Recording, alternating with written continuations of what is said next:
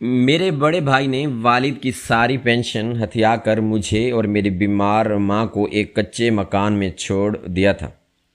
میں نے مزدوری کر کے ماں کا علاج کروایا اور ایک دن شہر کا نامور بزنس مین بن گیا۔ ایک شام میرے دفتر کے باہر ایک خستہ حال بھکاری مانگنے آیا۔ گارڈز نے اسے دھکے دے کر گرا دیا۔ میں نے جب باہر نکل کر اس بھکاری کا چہرہ دیکھا تو میرے قدموں تلے زمین نکل گئی، کیونکہ وہ کچرے میں پڑا بھکاری کوئی اور نہیں بلکہ محترم ناظرین، السلام علیکم ورحمۃ اللہ وبرکاتہ۔ میرا نام علی ہے اور آج میں آپ کو اپنی زندگی کی وہ انتہائی دردناک، لرزہ خیز اور سبق آموز کہانی سنانے جا رہا ہوں، جس نے مجھے غربت کی تاریک ترین گہرائیوں سے نکال کر کامیابیوں کی بلندیوں تک پہنچایا۔ یہ کہانی میرے بچپن کی محرومیوں، میری ماں کے آنسوؤں اور میری اس عزم کی کہانی ہے جس نے مجھے کبھی ہار ماننے نہیں دی۔ میرے والد اسلم صاحب ایک سرکاری محکمے میں انتہائی معمولی کلرک تھے۔ انہوں نے اپنی ساری زندگی انتہائی ایمانداری اور محنت سے گزاری تھی۔ ان کی تنخواہ بہت کم تھی، لیکن انہوں نے کبھی کسی کے آگے ہاتھ نہیں پھیلایا اور نہ ہی کبھی حرام کی کمائی کی طرف آنکھ اٹھا کر دیکھا۔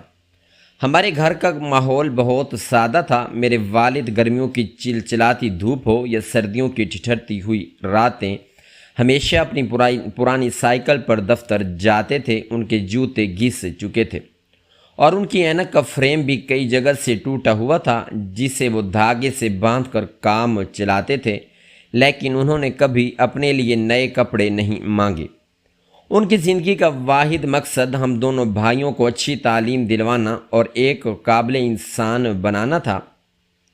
میرا بڑا بھائی کامران مجھ سے عمر میں کافی بڑا تھا، لیکن اس کی فطرت شروع سے ہی لالچی اور خود غرض تھی۔ وہ ہمیشہ مہنگے کپڑوں، پیسوں اور نئی موٹر سائیکل کی فرمائش کرتا تھا، جبکہ میرے والد کی اتنی استطاعت نہیں ہوتی تھی کہ وہ اس کی ہر ضد پوری کر سکیں۔ کامران اکثر گھر میں اس بات پر جھگڑا کرتا اور ماں باپ پر چیختا تھا کہ انہوں نے اسے پیدا ہی کیوں کیا جب وہ اس کی خواہشات پوری نہیں کر سکتے۔ اس کے برعکس میں شروع سے ہی اپنی ماں فاطمہ بی بی کے بہت قریب تھا۔ میری ماں ایک انتہائی نیک اور صابر عورت تھیں، جنہوں نے تنگی اور ترشی میں ہمیشہ اللہ کا شکر ادا کیا اور ہمیں بھی یہی سکھایا کہ انسان کی اصل دولت اس کا اخلاق اور اس کی نیت ہوتی ہے۔ میری ماں اپنے پرانے کپڑوں کو پیوند لگا کر پہن لیتی تھی، لیکن ہمیں کبھی بھوکا نہیں سونے دیتی تھیں۔ وقت گزرتا گیا اور میرے والد اپنی ملازمت کے آخری سالوں میں پہنچ گئے۔ ان کی صحت گرنے لگی تھی، انہیں دل کا عارضہ لاحق ہو گیا تھا۔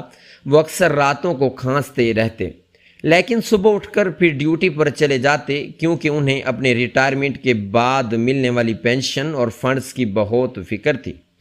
وہ اکثر میری ماں سے کہتے تھے کہ ریٹائرمنٹ کے بعد جو پیسے ملیں گے ان سے وہ ایک چھوٹا سا کاروبار شروع کریں گے تاکہ بڑھاپے میں کسی کے محتاج نہ ہوں اور تم دونوں بھائیوں کی شادیاں خوش اسلوبی سے کر سکیں۔ لیکن قسمت کو کچھ اور ہی منظور تھا۔ میرے والد کی ریٹائرمنٹ میں ابھی چند ماہ ہی باقی تھے کہ ایک رات انہیں دل کا شدید دورہ پڑا۔ ہم انہیں محلے والوں کی مدد سے رکشے میں ڈال کر سرکاری ہسپتال لے گئے، لیکن وہ راستے میں ہی ہمیں روتا بلکتا چھوڑ کر اس دنیا سے رخصت ہو گئے۔ والد کی وفات کے بعد ہمارے گھر کا سارا بوجھ میرے بڑے بھائی کامران پر آ گیا۔ میں اس وقت کالج میں پڑھتا تھا اور میری عمر اتنی نہیں تھی کہ میں کوئی بڑی ذمہ داری سنبھال سکوں۔ والد کے انتقال کے بعد ان کی پینشن اور دیگر سرکاری فنڈز کی کاغذی کارروائی شروع ہوئی۔ کامران نے ان تمام معاملات کو اپنے ہاتھ میں لے لیا۔ وہ روزانہ دفتروں کے چکر لگاتا اور میری ماں سے مختلف کاغذات پر انگوٹھے اور دستخط کرواتا۔ میری ماں ان پڑھ اور سیدھی سادی عورت تھیں، انہیں دنیا داری اور کاغذی کارروائیوں کا کچھ علم نہیں تھا۔ وہ کامران پر اندھا اعتماد کرتی تھیں کیونکہ وہ ان کا بڑا بیٹا تھا۔ کامران نے میری ماں کو یہ تسلی دی کہ وہ سارا پیسہ وصول کر کے ایک بڑا کاروبار شروع کرے گا، جس سے ہمارے گھر کے حالات بہتر ہو جائیں گے اور میری تعلیم کا خرچ بھی نکل آئے گا۔ لیکن کامران کے دل میں کوئی اور ہی خونی اور خود غرضانہ سازش پنپ رہی تھی جس کا ہمیں ذرہ برابر بھی اندازہ نہیں تھا۔ کچھ مہینوں بعد جب والد کی پینشن اور فنڈز کا سارا پیسہ جو کروڑوں روپے میں بنتا تھا جاری ہو گیا تو کامران کا رویہ اچانک تبدیل ہونا شروع ہو گیا۔ وہ گھر میں کم کم آتا اور جب آتا تو چھوٹی چھوٹی باتوں پر میری ماں پر غصہ کرتا۔ وہ اکثر راتوں کو غائب رہتا۔ اس نے اچانک اپنے لیے بہت مہنگے کپڑے اور ایک نئی کار خرید لی تھی۔ میری ماں اس کی اس تبدیلی پر بہت پریشان تھیں، لیکن وہ ہمیشہ صبر سے کام لیتی اور مجھے بھی خاموش رہنے کا کہتی۔ بڑا بھائی ہے، خود سمجھ جائے گا۔ لیکن ایک دن کامران نے اپنی اصل اور بھیانک چہرے سے نقاب اتار دیا۔ وہ دن میری زندگی کا سب سے تاریک دن تھا۔ جب کامران گھر آیا اس کی آنکھوں میں ایک عجیب سی درندگی تھی۔ اس نے انتہائی بے دردی اور سرد مہری سے میری ماں سے کہا کہ اس نے وہ گھر بیچ دیا ہے جس میں ہم رہ رہے تھے اور اب ہمیں یہ گھر خالی کرنا پڑے گا۔ میری ماں یہ سن کر سکتے میں آ گئی۔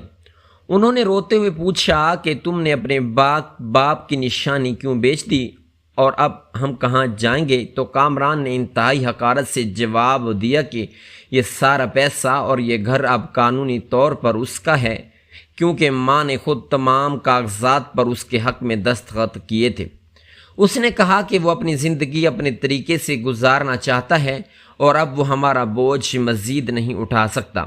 میری ماں جو پہلے ہی شوہر کی جدائی اور بیماریوں سے نڈھال تھیں، وہ کامران کے قدموں میں گر پڑیں اور رو رو کر التجا کرنے لگیں کہ ہمیں گھر سے مت نکالو، ہم تمہارے ٹکڑوں پر پل لیں گے، ہمیں گھر کے ایک کونے میں پڑے رہنے دو، تم سے کچھ نہیں مانگیں گے۔ لیکن کامران کے دل میں ذرا سا بھی رحم نہیں آیا۔ اس نے میری بوڑھی ماں اور بیمار ماں کو زور سے دھکا دیا جس سے ان کا ماتھا دیوار سے جا ٹکرایا اور خون بہنے لگا۔ اس نے کہا کہ وہ اب ایک لمحہ بھی ہمیں اس گھر میں برداشت نہیں کر سکتا۔ میں نے آگے بڑھ کر کامران کو روکنے کی کوشش کی اور اس کا گریبان پکڑ لیا، لیکن اس نے مجھے بھی مارا پیٹا۔ ہم دونوں ماں بیٹے کو لفظی اور جسمانی طور پر ذلیل کر کے ہمارے چند پرانے کپڑوں کے تھیلے ہمارے منہ پر مار کر ہمیں گھر سے باہر سڑک پر نکال دیا اور دروازہ ہمارے منہ پر بند کر دیا۔ وہ شام بہت سرد اور اندھیری تھی۔ آسمان پر گہرے کالے بادل چھائے ہوئے تھے اور تیز بارش شروع ہو چکی تھی۔ میری ماں سڑک کے کنارے کیچڑ میں بیٹھی دھاڑے مار مار کر رو رہی تھیں اور ان کے ماتھے سے بہتا وہ خون بارش کے پانی میں مل رہا تھا۔ محلے والے اپنے گھروں کی کھڑکیوں سے یہ سارا تماشا دیکھ رہے تھے، لیکن کوئی ہماری مدد کے لیے باہر نہیں آیا۔ میں اس وقت بالکل بے بس اور خالی ہاتھ تھا۔ میرے پاس اتنے پیسے بھی نہیں تھے کہ میں اپنی ماں کو کسی ہوٹل میں کھانا کھلا سکوں یا کہیں رات گزارنے کے لیے جگہ لے سکوں۔ میں نے اپنی ماں کو سہارا دے کر اٹھایا اور ہم شہر کے ایک انتہائی غریب اور پسماندہ علاقے کی طرف چل پڑے جہاں کچی آبادیاں تھیں۔ وہاں میرے والد کا ایک پرانا جاننے والا رہتا تھا جس نے ہماری حالت پر ترس کھا کر ہمیں ایک انتہائی خستہ حال اور کچا مکان کرائے پر دے دیا جس کی چھت جگہ جگہ سے ٹپکتی تھی، جس میں نہ تو بجلی تھی اور نہ ہی صاف پانی کا کوئی انتظام تھا۔ وہ رات ہم نے بھوکے پیٹ اور سردی سے کانپتے ہوئے اس کچے مکان کے گیلے فرش پر گزاری۔ میری ماں مسلسل رو رہی تھیں اور ان کی حالت خراب ہوتی جا رہی تھی۔ ان کو دمہ کا مرض لاحق تھا اور سردی اور صدمے کی وجہ سے ان کی کھانسی میں شدت آ گئی تھی۔ ان کا سینہ بری طرح بج رہا تھا اور انہیں سانس لینے میں دشواری ہو رہی تھی۔ اس رات میں نے روتے ہوئے اللہ سے عہد کیا کہ میں اپنی ماں کی آنکھوں میں دوبارہ کبھی آنسو نہیں آنے دوں گا اور ایک دن اتنا بڑا انسان بنوں گا کہ دنیا دیکھتی رہ جائے گی۔ اگلے دن صبح ہوتے ہی میں نے اپنی پڑھائی اور کالج کو ہمیشہ کے لیے خیر آباد کہہ دیا اور مزدوری کی تلاش میں نکل کھڑا ہوا۔ مجھے کوئی کام نہیں مل رہا تھا کیونکہ میرے پاس کوئی ہنر نہیں تھا۔ آخر کار شہر کے ایک بڑے تعمیراتی منصوبے پر مجھے مزدور کے طور پر رکھ لیا گیا۔ میرا کام سارا دن بھاری اینٹیں اور سیمنٹ کی 50 کلو کی بوریاں اٹھا کر کئی منزلوں تک لے جانا تھا۔ میرے نازک ہاتھ جو صرف کتابیں اور قلم پکڑنے کے عادی تھے، وہ اینٹیں اٹھا اٹھا کر چھل گئے تھے اور ان سے خون رسنے لگا تھا۔ ٹھیکیدار بہت ظالم تھا، جو ذرا سی دیر ہونے پر گندی گالیاں دیتا تھا۔ میری کمر درد سے ٹوٹ چکی تھی اور دھوپ کی شدت سے میرا جسم جل جاتا تھا۔ دوپہر کے وقت میں صرف ایک سوکھی روٹی اور پیاز کھا کر گزارا کرتا تھا تاکہ کچھ پیسے بچا سکوں، لیکن جب بھی مجھے تھکاوٹ یا درد کا احساس ہوتا تو مجھے اس کچے مکان میں کھانستی ہوئی اپنی بیمار ماں کا چہرہ یاد آ جاتا اور میرے اندر ایک نئی طاقت آ جاتی۔ میں سارا دن مزدوری کرتا اور شام کو چند روپے ملتے ان سے اپنی ماں کے لیے سستی سی روٹی اور ان کی دمے کی دوائی خرید کر لاتا۔ میری ماں مجھے اس حال میں دیکھ کر بہت روتی تھی۔ وہ میرے زخمی ہاتھوں پر مرہم لگاتی اور اللہ سے میرے لیے دعا مانگتی۔ انہوں نے بھی محلے کے لوگوں کے کپڑے سلائی کرنا شروع کر دیے تھے تاکہ ہمارے گھر کا خرچ چل سکے۔ ہمارا گزارا بہت مشکل سے ہو رہا تھا۔ سردیوں میں اس کچے مکان کی دیواروں سے ہوائیں اندر آتی اور بارش کے دنوں میں چھت سے پانی ٹپکتا۔ ہم رات پر جاگ کر ایک کونے میں بیٹھے رہتے تاکہ بھیگنے سے بچ سکیں۔ کئی بار ایسا ہوتا کہ میں سارا دن مزدوری کرتا لیکن پیسے اتنے کم ہوتے کہ ماں کی دوائی آتی تو کھانا نہیں آ پاتا۔ میں اپنی ماں سے جھوٹ بول دیتا کہ میں نے باہر دوستوں کے ساتھ کھانا کھا لیا ہے اور وہ روکھی سوکھی روٹی ماں کو کھلا دیتا۔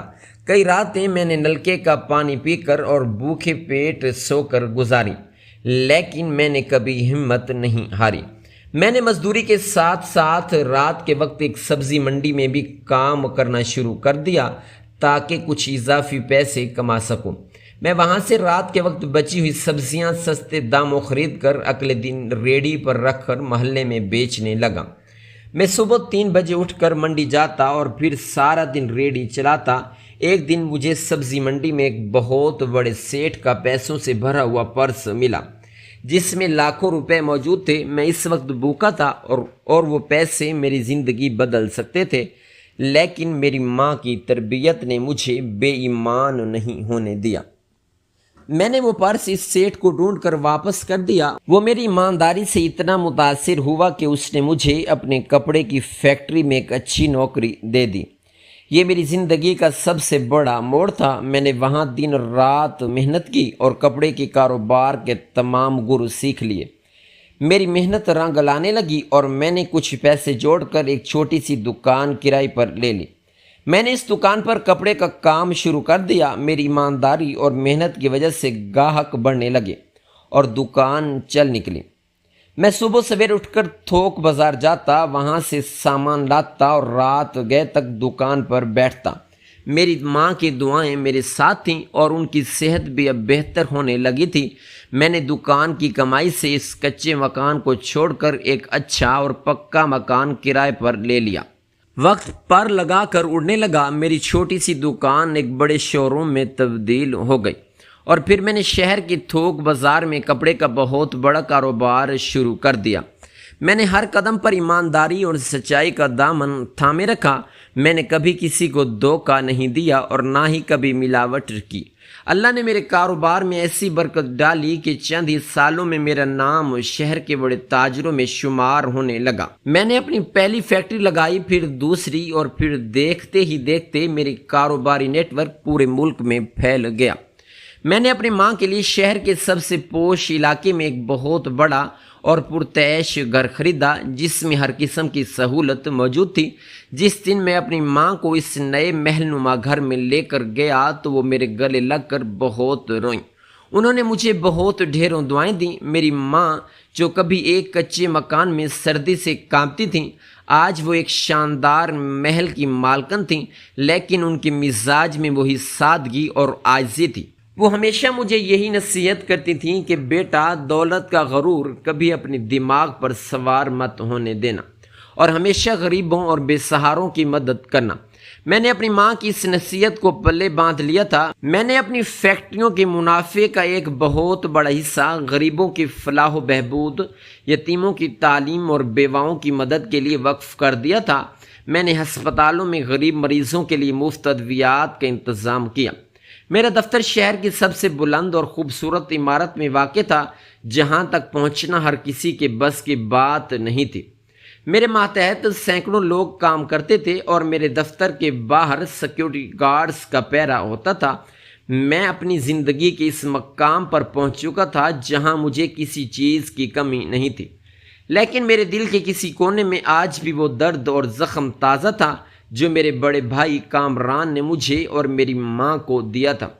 میں نے ان سالوں میں کبھی کامران کی خبر لینے کی کوشش نہیں کی تھی اور نہ ہی مجھے معلوم تھا کہ وہ کہاں ہے اور کس حال میں ہے۔ مجھے بس اتنا یاد تھا کہ اس نے باپ کی ساری پینشن ہتھیا کر ہمیں لاوارث چھوڑ دیا تھا اور اس کے بعد اس نے پلٹ کر کبھی ہماری خبر نہیں لی تھی۔ میری ماں بھی اب کامران کا ذکر نہیں کرتی تھیں کیونکہ اس کے دیے ہوئے زخم اتنے گہرے تھے کہ ان کا بھرنا ناممکن تھا۔ میں اپنی زندگی کے تمام تر کامیابیوں کے باوجود اندر سے ایک تنہا انسان تھا جس نے رشتوں کا سب سے بھیانک اور تلخ روپ دیکھا تھا۔ آج کئی سال گزرنے کے بعد سردیوں کی ایک انتہائی یخبستہ اور طوفانی شام تھی۔ آسمان پر گہرے کالے بادل چھائے ہوئے تھے اور تیز بارش کے ساتھ ساتھ طوفانی ہوائیں چل رہی تھیں۔ میں اپنے عالی شان دفتر کی سب سے اوپری منزل پر بیٹھا ایک اہم کاروباری میٹنگ کے بعد کچھ فائلیں چیک کر رہا تھا۔ میرے دفتر کی بڑی شیشے کی کھڑکی سے پورا شہر نظر آ رہا تھا جو بارش میں بھیگ رہا تھا۔ کمرے میں ہیٹر چل رہا تھا اور ماحول بہت گرم اور پرسکون تھا۔ میں اپنے کام میں مگن تھا کہ اچانک مجھے اپنے دفتر کی نچلی منزل اور مرکزی دروازے کی طرف سے کچھ شور اور ہنگامے کی آوازیں سنائی دینے لگیں۔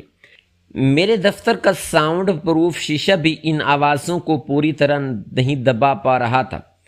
میں انٹرکام پر اپنے چیف سیکیورٹی افسر کو فون کیا اور پوچھا کہ نیچے کیا مسئلہ ہے اور یہ شور کیسا ہے۔ سیکیورٹی افسر نے انتہائی معذرت خانہ لہجے میں جواب دیا کہ سر، ایک انتہائی گندا اور خستہ حال بھکاری بارش میں بھیگتا ہوا ہماری عمارت کے اندر گھس آیا ہے اور وہ مسلسل ضد کر رہا ہے کہ اس نے آپ سے ملنا ہے اور ہم اسے باہر نکالنے کی کوشش کر رہے ہیں، لیکن وہ بہت شور مچا رہا ہے اور جانے کا نام نہیں لے رہا۔ اس کے کپڑوں سے بہت سخت بدبو آ رہی ہے اور وہ فرش گندا کر رہا ہے۔ آپ پریشان نہ ہوں، ہم ابھی اسے دھکے دے کر باہر نکال دیتے ہیں۔ یہ سن کر میرے دل میں ایک عجیب سی الجھن اور بے چینی پیدا ہوئی۔ میری ماں کی وہ نصیحت میرے کانوں میں گونجی کہ کبھی کسی غریب اور مانگنے والے کو دھتکارنا مت، اور بارش کی اس طوفان میں کسی کو باہر نکالنا انسانیت کے خلاف تھا۔ میں نے فوراً سیکیورٹی افسر کو روکا اور کہا کہ اس کے ساتھ سختی مت کرو، میں خود نیچے آ کر دیکھتا ہوں کہ اسے کیا چاہیے اور وہ ضد کیوں کر رہا ہے۔ میں اپنی کرسی سے اٹھا اور تیزی سے لفٹ کی طرف بڑھا۔ لفٹ مجھے چند سیکنڈز میں گراؤنڈ فلور پر لے آئی۔ جب میں لفٹ سے باہر نکلا تو میں نے دیکھا کہ عمارت کے بڑے شیشے کے دروازے کے پاس میرے 3-4 سیکیورٹی گارڈز ایک انتہائی کمزور، بیمار اور خستہ حال شخص کو بری طرح دھکے دے رہے تھے۔ وہ شخص بارش میں مکمل طور پر بھیگا ہوا تھا، اس کے کپڑے پھٹے ہوئے تھے اور ان پر کیچڑ اور گندگی لگی ہوئی تھی۔ اس کے بال الجھے ہوئے تھے اور وہ سردی سے بری طرح کانپ رہا تھا۔ گارڈز نے اسے مسلسل گالیاں دے رہے تھے اور اسے عمارت سے باہر پھینکنے کی کوشش کر رہے تھے۔ میں نے بلند آواز میں گارڈز کو رکنے کا حکم دیا۔ میری آواز سن کر گارڈز فوراً پیچھے ہٹ گئے اور وہ بھکاری کمزوری اور دھکوں کی وجہ سے لڑکھڑا کر فرش پر گر پڑا۔ وہ فرش پر گرا ہوا مسلسل کھانس رہا تھا اور اس کے منہ سے دردناک سسکیاں نکل رہی تھیں۔ میں آہستہ آہستہ چلتا ہوا اس کے بالکل قریب پہنچا۔ میں نے اس فرش سے اٹھنے میں مدد دینے کے لیے اپنا ہاتھ آگے بڑھایا۔ اس بھکاری نے اپنے کانپتے ہوئے اور گندے ہاتھوں سے میرا ہاتھ پکڑا اور انتہائی بے بسی کے ساتھ اپنا سر اوپر اٹھا کر میری طرف دیکھا۔ جیسے ہی اس بھکاری نے اپنا چہرہ اوپر اٹھا کر میری آنکھوں میں آنکھیں ڈالیں تو میرے پیروں تلے سے زمین مکمل طور پر کھسک گئی۔ میرے ذہن میں ایک زوردار دھماکہ ہوا، میرا سانس میرے گلے میں اٹک کر رہ گیا۔ میں نے جلدی سے اپنا ہاتھ پیچھے کھینچ لیا اور میرا پورا جسم میں ایک شدید لرزہ طاری ہو گیا، کیونکہ وہ کچرے میں لتھڑا ہوا بدبودار اور خستہ حال بھکاری جو فرش پر گرا میرے سامنے ہاتھ پھیلا رہا تھا، وہ کوئی عام بھکاری نہیں تھا، بلکہ وہ میرا اپنا سگا بڑا بھائی کامران تھا۔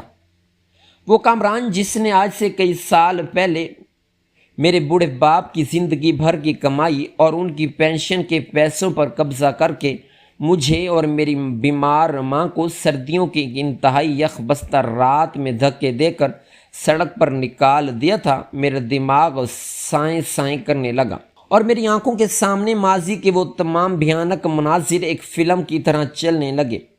جب کامران نے غرور اور تکبر کے نشے میں اندھا ہو کر ہماری ایک نہ سنی تھی اور ہمیں ایک کچے ٹپکتے ہوئے مکان میں مرنے کے لیے لاوارث چھوڑ دیا تھا، آج وہی کامران جو کبھی مہنگے کپڑوں اور پیسوں کے غرور میں زمین پر پاؤں نہیں رکھتا تھا، میرے قدموں میں ایک انتہائی غلیظ اور بدبودار بھکاری کے روپ میں گرا ہوا تھا۔ اس کے چہرے پر پڑی ہوئی گہری جھریاں، اس کے اندر کو دھنسی ہوئی آنکھیں اور اس کے جسم کا ہڈیوں کا ڈھانچہ اس بات کی گواہی دے رہا تھا کہ قدرت نے اس کے ساتھ کتنا لرزہ خیز اور عبرتناک انصاف کیا ہے۔ میں بت بنا اس کے چہرے کو گھور رہا تھا اور میرا دل میرے سینے میں اتنی زور سے دھڑک رہا تھا، مجھے اپنا سانس رکتا ہوا محسوس ہو رہا تھا۔ کامران نے ابھی تک مجھے پہچانا نہیں تھا، کیونکہ میں اب ایک انتہائی کامیاب اور پروقار بزنس مین بن چکا تھا اور میرا حلیہ مکمل طور پر بدل چکا تھا۔ وہ میرے قدموں میں گر کر مسلسل کھانس رہا تھا اور گڑ گڑا کر کہہ رہا تھا، صاحب مجھے اللہ کے نام پر کچھ دے دیں، میں نے کئی دنوں سے کچھ نہیں کھایا، میری حالت بہت خراب ہے، میں بھوک سے مر رہا ہوں، صاحب مجھے دھکے مت دیں، مجھے بس ایک روٹی کے پیسے دے دیں۔ اس کی یہ لرزتی اور کانپتی ہوئی آواز سن کر میرے اندر ایک عجیب سا طوفان برپا ہو گیا۔ ایک طرف میرا وہ غصہ اور وہ انتقام تھا جو پچھلے کئی سالوں سے میرے سینے میں ایک آگ کی طرح جل رہا تھا، اور دوسری طرف میری وہ نیک اور فرشتہ صرف ماں تھی جس نے مجھے ہمیشہ معاف کرنا اور رحم کرنا سکھایا تھا۔ گارڈز کو دوبارہ آگے بڑھے اور انہوں نے کامران کو بازو سے پکڑ کر کھینچنے کی کوشش کی، لیکن میں نے اپنا ہاتھ اٹھا کر انہیں سختی سے روکا اور حکم دیا کہ اسے چھوڑ دو اور سب یہاں سے دور ہٹ جاؤ۔ میرے گارڈز میری یہ بات سن کر حیران رہ گئے، لیکن وہ فوراً پیچھے ہٹ گئے۔ میں نے اپنے گھٹنوں کے بل جھک کر کامران کے بالکل قریب اپنا چہرہ کیا اور انتہائی دبی ہوئی لیکن کانپتی ہوئی آواز میں اس کا نام پکارا، کامران بھائی۔ جیسے ہی میں نے اسے بھائی کہہ کر پکارا، کامران کے پورے جسم میں ایک زوردار جھٹکا لگا۔ اس نے انتہائی حیرت اور صدمے سے اپنا سر اوپر اٹھایا اور اپنی دھندلی اور کمزور آنکھوں سے میرے چہرے کو غور سے دیکھنے کی کوشش کی۔ چند لمحوں تک وہ مجھے الجھن میں گھورتا رہا، پھر اچانک اس کی آنکھوں میں ایک ایسا خوف اور ایک ایسی دہشت ابھر آئی جیسے اس نے کوئی بہت بھیانک بھوت دیکھ لیا ہو۔ اس کی آنکھیں پھٹی کی پھٹی رہ گئیں۔ اس کے کانپتے ہوئے ہونٹوں سے بمشکل میرا نام نکلا، علی، تم علی ہو؟ یہ کہتے ہی کامران نے اپنے دونوں ہاتھ اپنے چہرے پر رکھ لیے اور دھاڑے مار مار کر اس طرح رونا شروع کر دیا جیسے کوئی چھوٹا بچہ روتا ہے۔ اس کی ہچکیاں بندھ گئیں اور وہ فرش پر اپنا سر رگڑتے ہوئے مجھ سے معافی مانگنے لگا۔ وہ مسلسل روتے ہوئے کہہ رہا تھا، علی مجھے معاف کر دو، میں ایک جانور ہوں، میں نے دولت کے لالچ میں اپنی ماں اور اپنے ہی سگے بھائی کے ساتھ جو ظلم کیا تھا، آج اللہ نے مجھے اس کی اتنی بھیانک اور اتنی عبرتناک سزا دی ہے کہ میں کتے کی موت مر رہا ہوں۔ میرے پاس نہ تو سر چھپانے کی جگہ ہے اور نہ ہی پیٹ بھرنے کے لیے روٹی کا ایک نوالا۔ میں نے دنیا کی ہر ذلت اور ہر رسوائی سہی ہے، علی خدا را مجھے معاف کر دو، میں جانتا ہوں کہ میں معافی کے لائق نہیں ہوں، لیکن مجھ پر رحم کرو، میں بھوک اور بیماری سے سسک کر مر رہا ہوں۔ میں اس کی یہ حالت دیکھ کر اپنے آنسوؤں پر قابو نہیں رکھ سکا۔ میں نے جس بھائی سے ساری زندگی نفرت کی تھی، آج اسے اس حالت میں دیکھ کر میرے اندر کی ساری نفرت ایک ہی لمحے میں پگھل گئی۔ میں نے کامران کو اس کے کندھوں سے پکڑ کر اٹھایا اور اسے اپنے سینے سے لگا لیا۔ میرے مہنگے اور صاف ستھرے سوٹ پر اس کے گندے کپڑوں کی کیچڑ اور غلاظت لگ گئی، لیکن مجھے اس وقت کسی چیز کی پرواہ نہیں تھی۔ وہ میرا اپنا خون تھا، میرا سگا بھائی تھا جس نے بھٹک کر اپنا سب کچھ تباہ کر لیا تھا۔ میں نے روتے ہوئے اس سے کہا کہ کامران بھائی، میں نے تمہیں معاف کیا، اللہ تمہیں بھی معاف کرے۔ تم اس حال تک کیسے پہنچے؟ تمہارا وہ سارا پیسہ، وہ تمہارا غرور اور وہ تمہارے دوست کہاں گئے؟ کامران نے ہچکیاں لیتے ہوئے اور اپنے آنسو صاف کرتے ہوئے مجھے اپنی بربادی کی وہ لرزہ خیز داستان سنائی جس نے میرے رونگٹے کھڑے کر دیے۔ اس نے بتایا کہ جب اس نے والد کی ساری پینشن اور فنڈز کا سارا پیسہ اپنے نام کروا لیا تھا اور ہمیں گھر سے نکال دیا تھا تو اس پر دولت کا ایک اندھا نشہ سوار ہو گیا تھا جس نے اس کے سوچنے اور سمجھنے کی ساری صلاحیتیں چھین لی تھیں۔ اس نے وہ سارا پیسہ جوئے، شراب اور غلط دوستوں کی محفلوں میں اڑانا شروع کر دیا۔ اس کے وہ دوست جو اس کے پیسوں پر پلتے تھے، انہوں نے اسے سبز باغ دکھائے اور ایک بہت بڑے جعلی اور فراڈ کاروباری منصوبے میں اس کی ساری رقم لگوا دی۔ کامران کو جب اس کے فراڈ کا پتہ چلا تو وہ بہت دیر ہو چکی تھی۔ وہ دوست اس کا سارا پیسہ لے کر ملک سے فرار ہو گئے تھے اور کامران کے پاس کچھ نہیں بچا تھا۔ اس نے جن لوگوں سے ادھار لیا تھا انہوں نے کامران کا وہ گھر بھی چھین لیا اور اسے مار پیٹ کر شہر سے باہر پھینک دیا۔ اس کے بعد اس کی زندگی ایک جہنم بن گئی۔ وہ فٹ پاتھوں پر سوتا، کچرے کے ڈھیروں سے بچا ہوا کھانا کھاتا اور لوگوں کے سامنے ہاتھ پھیلاتا۔ اس کی صحت مکمل طور پر تباہ ہو چکی تھی۔ اسے جگر اور پھیپھڑوں کی خطرناک بیماری لاحق ہو گئی تھی جس کی وجہ سے وہ ہر وقت کھانستا رہتا اور خون تھوکتا رہتا تھا۔ اس نے بتایا کہ وہ پچھلے کئی سالوں سے اسی شہر کی سڑکوں پر ایک پاگل اور لاوارث بھکاری کی طرح گھوم رہا ہے اور اسے معلوم نہیں تھا کہ یہ اتنی بڑی عمارت اور یہ سارا کاروبار میرا ہے۔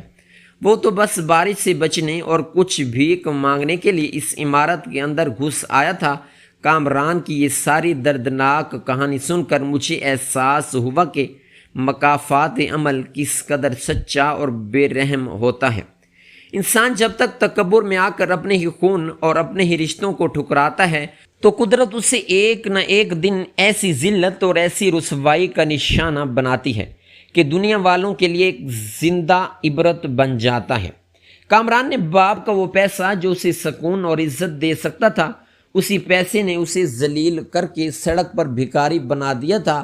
میں نے کامران کو سہارا دے کر کھڑا کیا اور اپنے سیکیورٹی گارڈز کو حکم دیا کہ وہ میری گاڑی نکلوائیں۔ میں نے کامران کو اپنی مہنگی اور پرتعیش گاڑی کی پچھلی سیٹ پر بٹھایا اور خود اس کے ساتھ بیٹھ کر ڈرائیور کو گھر چلنے کا اشارہ کیا۔ راستے بھر کامران گاڑی کے شیشے سے باہر دیکھ کر روتا رہا۔ اسے یقین نہیں آ رہا تھا کہ اس کا وہ بھائی جسے اس نے ایک کچے مکان میں مرنے کے لیے چھوڑ دیا تھا، آج وہ اتنے بڑے ایمپائر کا مالک بن چکا ہے اور اسے بھیک مانگتے ہوئے اپنے ساتھ اپنی گاڑی میں بٹھا کر لے جا رہا ہے۔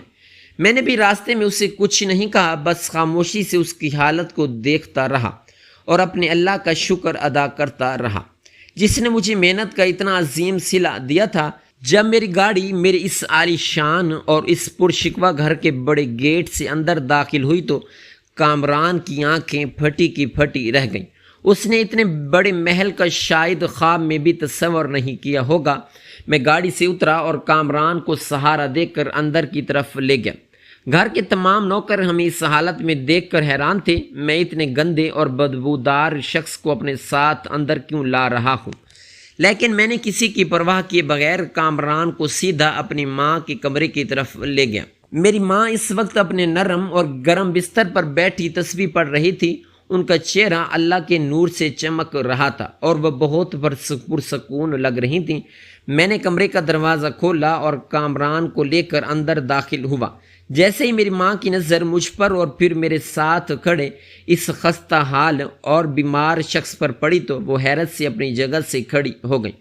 ان کی آنکھیں کامران کے چہرے پر جم گئیں۔ کامران نے جب کئی سالوں بعد اپنی اس ماں کو دیکھا جسے اس نے دھکے دے کر نکالا تھا، اس کی ٹانگوں نے اس کا ساتھ چھوڑ دیا اور میری ماں کے قدموں میں گر کر اس نے ان کے پاؤں پکڑ لیے۔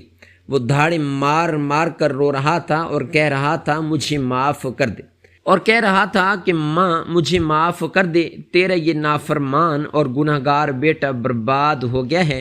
میں نے تجھے رلایا تھا اور آج میں خون کے آنسو رو رہا ہوں۔ ماں مجھے مار دے، مجھے گالیاں دے دے، لیکن مجھے اس عذاب سے نکال لے۔ میری ماں جو شروع سے ہی ایک انتہائی نرم دل اور محبت کرنے والی ہستی تھیں، انہوں نے جب اپنے اس بڑے بیٹے کو اس قدر ذلیل و خوار اور بیمار حالت میں دیکھا تو ان کا دل ممتا کے جذبات سے بھر گیا۔ انہوں نے یہ نہیں دیکھا کہ یہ وہی کامران ہے جس نے ان کا گھر چھینا تھا اور انہیں سڑک پر نکالا تھا۔ انہیں بس اپنا وہ بیٹا نظر آ رہا تھا جو درد اور تکلیف میں تڑپ رہا تھا۔ میری ماں نے روتے ہوئے کامران کو اس کے کندھوں سے پکڑ کر اٹھایا اور اسے اپنے سینے سے لگا لیا۔ انہوں نے اس کے گندے اور الجھے ہوئے بالوں پر ہاتھ پھیرا اور اس کا ماتھا چومتے ہوئے کہا کہ میرے بچے، میں نے تجھے اسی دن معاف کر دیا تھا جس دن تو نے ہمیں گھر سے نکالا تھا، کیونکہ ایک ماں اپنے بچے کے لیے کبھی بد دعا نہیں کر سکتی۔ مجھے تو اس بات کا دکھ ہے کہ تو نے اپنی زندگی اتنی اذیت میں گزاری۔ کاش تو میرے پاس پہلے آ جاتا، میں تجھے کبھی اس حال میں نہ رہنے دیتی۔ میری ماں کے ان الفاظ نے میرے اور کامران دونوں کے دلوں کو چیر کر رکھ دیا۔ کامران میری ماں کے سینے سے لگ کر اس طرح رو رہا تھا جیسے کوئی چھوٹا بچہ اپنی ماں کی گود میں روتا ہے۔ وہ بار بار ان کے ہاتھ چوم رہا تھا اور اپنے گناہوں کی معافی مانگ رہا تھا۔ میں نے اس رات کامران کو گھر کے سب سے بہترین کمرے میں ٹھہرایا اور اسے گرم پانی سے نہلایا اور اسے اپنے صاف ستھرے کپڑے پہنائے۔ میں نے اسی رات شہر کے سب سے بڑے ڈاکٹر کو گھر بلایا تاکہ وہ کامران کا مکمل چیک اپ کر سکے۔ ڈاکٹر نے کامران کا معائنہ کرنے کے بعد مجھے اکیلے میں بتایا کہ کامران کی حالت بہت زیادہ خراب ہے۔ اس کا جگر مکمل طور پر تباہ ہو چکا ہے، اس کے پھیپھڑوں میں انفیکشن بہت پھیل چکا ہے۔ ڈاکٹر نے کہا کہ کامران کے پاس اب جینے کے لیے زیادہ وقت نہیں بچا اور ہم صرف اس کی تکلیف کم کرنے کے لیے اسے دوائیاں دے سکتے ہیں۔ یہ سن کر میرے دل کو ایک گہرا دھچکا لگا۔ میں نے جس بھائی کو اتنے سالوں بعد پایا تھا وہ اب مجھ سے ہمیشہ کے لیے بچھڑنے والا تھا، لیکن میں نے ہمت نہیں ہاری۔ میں نے کامران کے علاج پر پانی کی طرح پیسہ بہانا شروع کر دیا۔ میں اسے روزانہ خود اپنے ہاتھوں سے کھانا کھلاتا اور میری ماں رات بھر جاگ کر اس کے سرہانے بیٹھتی، اس کے سر میں تیل لگاتی اور اس کے لیے دعائیں مانگتی۔ کامران اب مکمل طور پر بدل چکا تھا۔ اس کے اندر کا وہ غرور اور وہ لالچ اور وہ تکبر ہمیشہ کے لیے ختم ہو چکا تھا۔ وہ ہر وقت اللہ کا ذکر کرتا رہتا اور رو رو کر اپنے گناہوں کی معافی مانگتا۔ وہ مجھ سے بار بار کہتا کہ علی، تو نے مجھے وہ عزت اور وہ پیار دیا ہے جس کے میں بالکل لائق نہیں تھا۔ میں نے تیرے اور ماں کے ساتھ جو ظلم کیا تھا تو نے اس کا بدلہ احسان سے دیا ہے۔ تو واقعی ایک عظیم انسان ہے اور تیری اس کامیابی اور اس دولت کے پیچھے تیری سچی نیت اور ماں کی دعائیں ہیں۔ کامران کو ہمارے ساتھ اس گھر میں آئے ہوئے ابھی چند ہی ہفتے گزرے تھے۔ اس کی حالت اچانک بہت زیادہ بگڑ گئی۔ اس ایک رات وہ اپنے بستر پر لیٹا ہوا تھا، اسے سانس لینے میں شدید دشواری ہو رہی تھی۔ میں اور میری ماں اس کے سرہانے بیٹھے رو رہے تھے۔ کامران نے اپنا کمزور اور کانپتا ہوا ہاتھ میری ماں کے ہاتھ پر رکھا اور انتہائی مدھم آواز میں کہا کہ ماں، مجھے معاف کر دینا۔ میں نے تمہارا بہت دل دکھایا ہے، لیکن اللہ نے مجھے میری سزا دے دی ہے۔ اب میں پرسکون ہوں کیونکہ میں تمہاری گود میں اپنے اس بھائی کے سامنے مر رہا ہوں جس نے مجھے موت سے پہلے ایک نئی زندگی دی ہے۔ کامران نے میری طرف دیکھ کر ایک ہلکی سی مسکراہٹ کے ساتھ میری آنکھوں میں آنکھیں ڈالیں اور پھر اس کی آنکھیں ہمیشہ کے لیے بند ہو گئیں۔ اس کا سر ایک طرف ڈھلک گیا اور اس کی روح اس دنیا کے تمام عذابوں اور تمام پچھتاووں سے آزاد ہو کر اپنے خالق حقیقی سے جا ملی۔ میں نے اور میری ماں نے دھاڑے مار مار کر کامران کی موت پر ماتم کیا۔ وہ ایک گناہ گار سہی، لیکن ہمارا اپنا خون تھا۔ ہم نے اسے انتہائی عزت اور احترام کے ساتھ دفنایا، اس کے سال ثواب کے لیے بہت صدقہ و خیرات کیا۔ کامران کی موت نے میری زندگی پر بہت گہرا اور انمٹ اثر چھوڑا۔ مجھے یہ بات پوری طرح سمجھ آ گئی تھی، دنیا کی یہ دولت، یہ جائیداد اور یہ غرور سب کچھ یہیں رہ جانا ہے۔ انسان کے ساتھ صرف اس کے اعمال، اس کی نیت جاتی ہے۔ کامران نے ساری زندگی پیسے کے پیچھے بھاگ کر اور رشتوں کا گلا گھونٹ کر جو کچھ کمایا تھا وہ ایک لمحے میں اس کے ہاتھوں سے ریت کی طرح پھسل گیا تھا، اور آخرکار وہ اسی سڑک پر ایک بھکاری بن کر گرا جہاں اس نے اپنی ماں اور اپنے بھائی کو چھوڑا تھا۔